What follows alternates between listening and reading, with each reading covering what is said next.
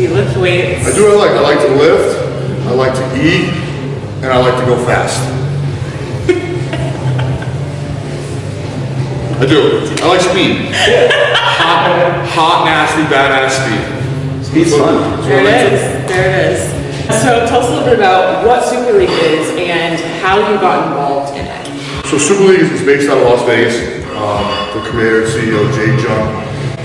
From what I understand, it started off as a platform for not necessarily bodybuilders, but let's say bodybuilders to compete in a different way than traditional bodybuilding. There's always a lot of debate leading up to and after a show as to the results, because it's subjective, it's up to the judges. Super League was originally created to give bodybuilders a way to compete that was objective. There was an output quotient where they had, I believe, 6 exercises to do a 12 rep max, and their total weight pushed divided by their body weight was their output score.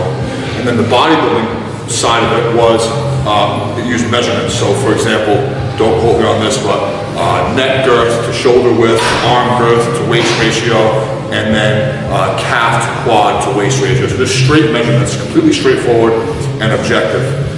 So it gave, fitness and competition athletes a platform to compete in where it wasn't left up to the judges. And that was Super League for 2 years. The third year, which was this past year, was the first year where they went virtual, and they created these 3 workouts, one of which is kind of a CrossFit style workout, where it's 9 EMOMs, a max output event, which was basically a 3 rep max squat, bench, deadlift, all done in 12-minute rounds.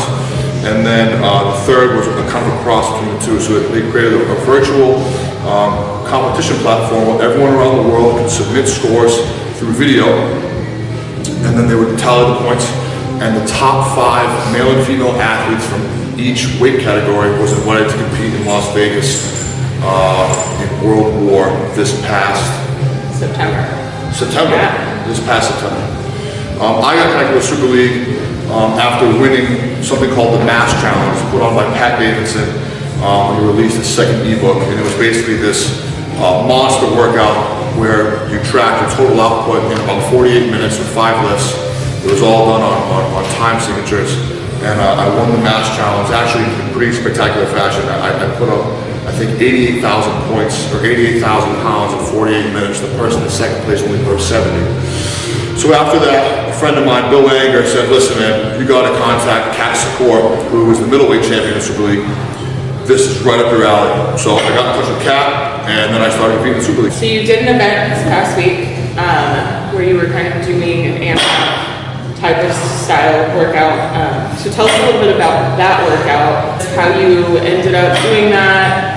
Yeah, all right, so the specifics of that. So now, the first year of Super League's done, they're going into the second year, and they've made some changes. They released 3 new workouts, and they released the first, which is called Max Out. And what Max Out was 6-minute periods, and you had to build up to a 12 rep max at 6 lifts. So the first was squat, then bench press, then strict pull-up, strict overhead press, bicep curl, and deadlift. You have 6 minutes at each lift consecutively to build up to a 12 rep max. And your total output, your total weight lifted, divided by your body weight is your score.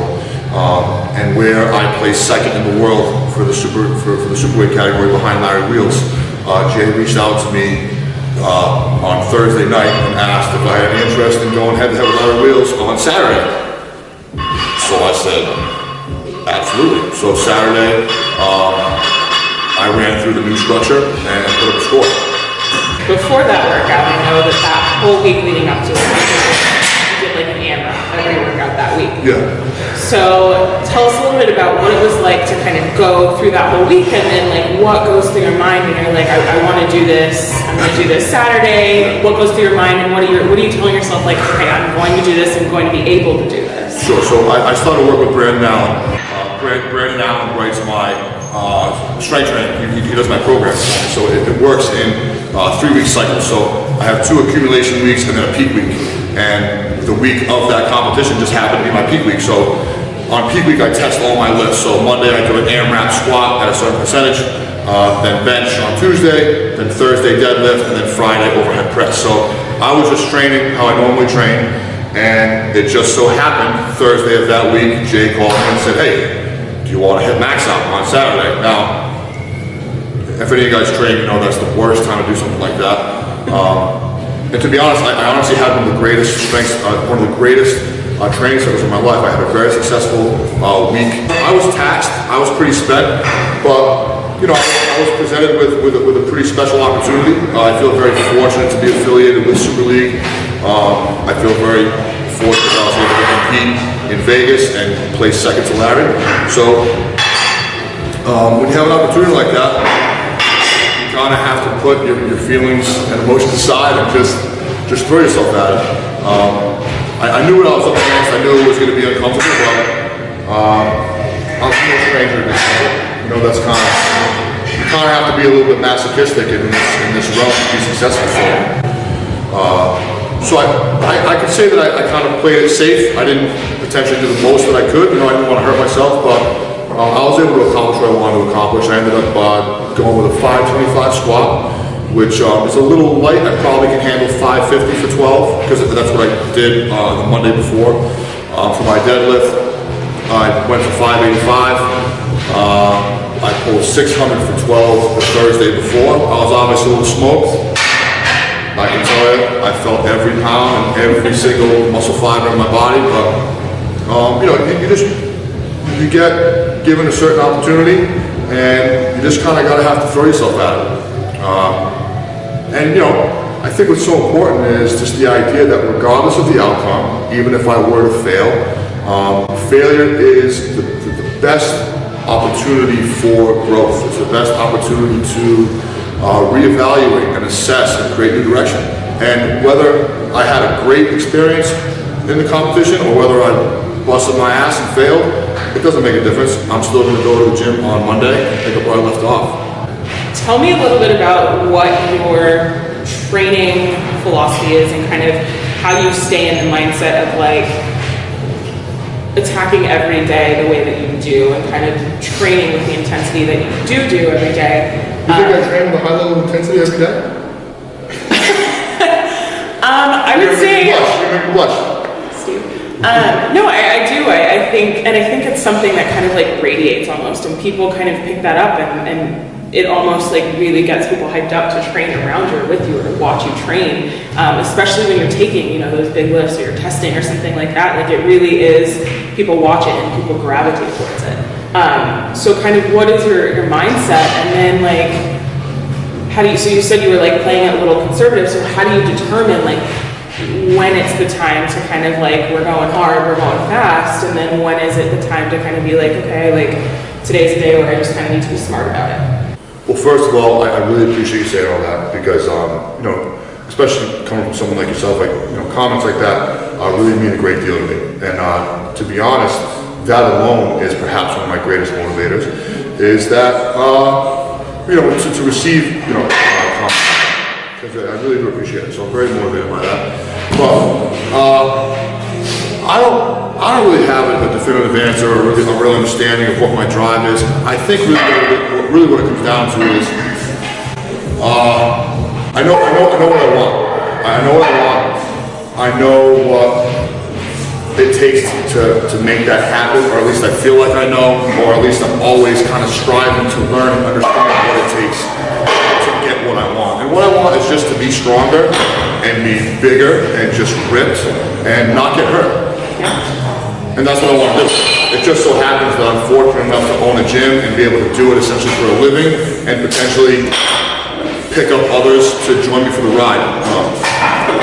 That's just what I like to do, and that's what I want. And I think what I do and what I put myself through is just what it takes to get there. It's not a matter of being motivated or any kind of like philosophical inspirational thing. It's just like, hey man, like this is what you want, and this is what it's going to take to get there.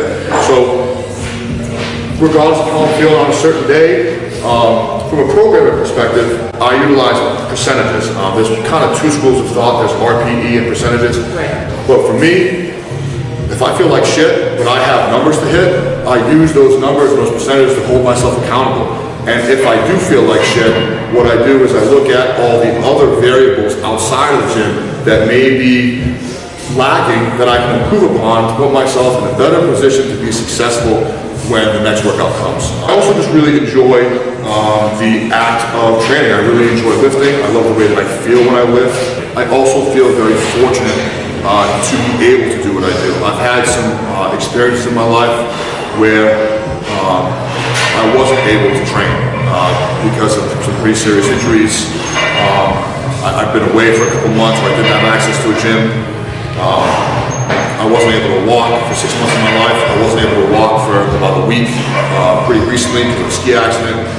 And I feel so fortunate to be able to do what I do at the level I do. So that is a big driver for me. That's something that really keeps me accountable and keeps me, I guess, motivated to just, work the tasks that I set up for myself on a daily basis. Do you think motivation is like a real thing? So in my line of work, like a lot of people are just like I'm not motivated. I have no motivation. Like I don't do it or exercise.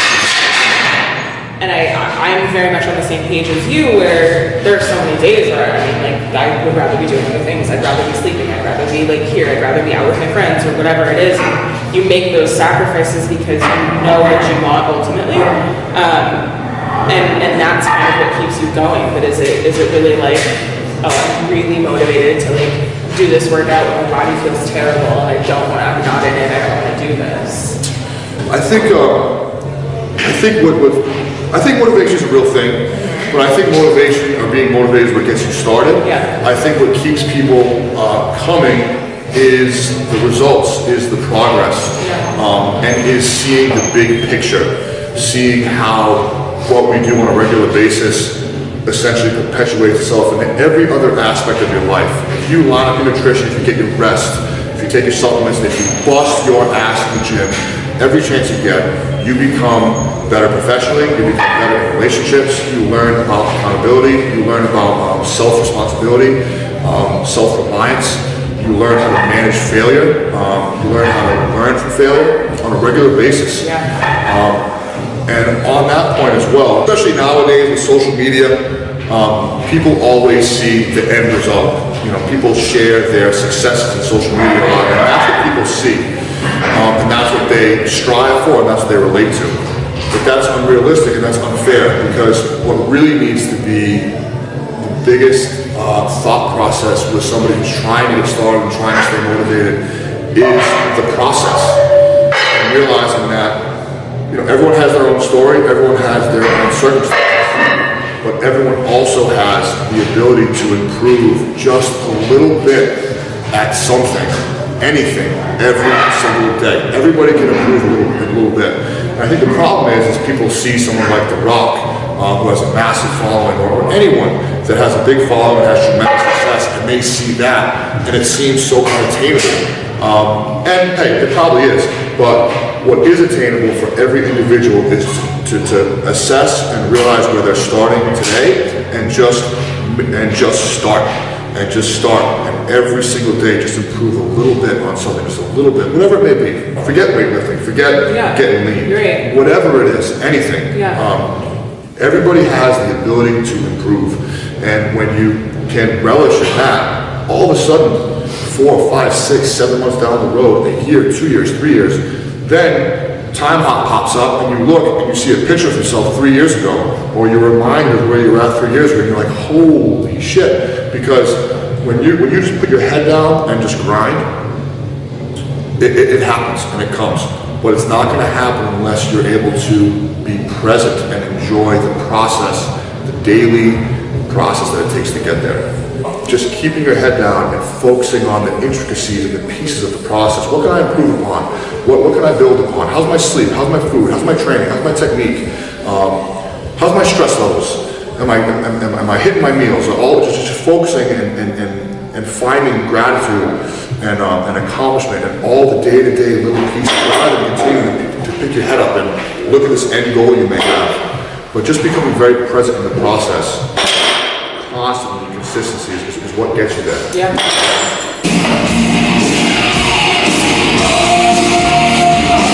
I am grateful for how that set went. I think gratitude is such a good word to use too. I think when you start lifting and people kind of really get it, you initially see all of these adaptations and you're like, wow, this is amazing. And then you get to a point where you're no longer seeing these massive gains all the time. And so you kind of have to be in a constant state of, I'm really grateful that I get to do this. I'm really grateful that every little step that I take is going to ultimately get me to, you know, my ultimate goal. And it really is just a process of like just figuring out the ways in which every single day you can get better at these little tiny things to ultimately improve and really reach your goals.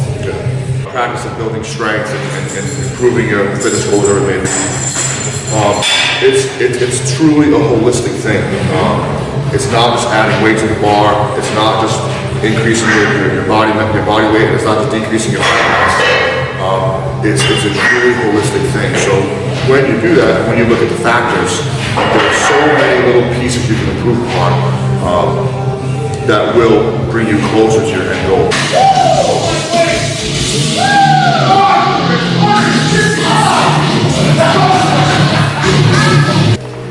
You can switch. You can switch chairs. Just be you. That we can't do because my left arm is significantly small on the right. You gotta have the big arm on the right. That makes sense. The less small arm on the right. All right. Fair enough. Do not worry about that. Personal flex.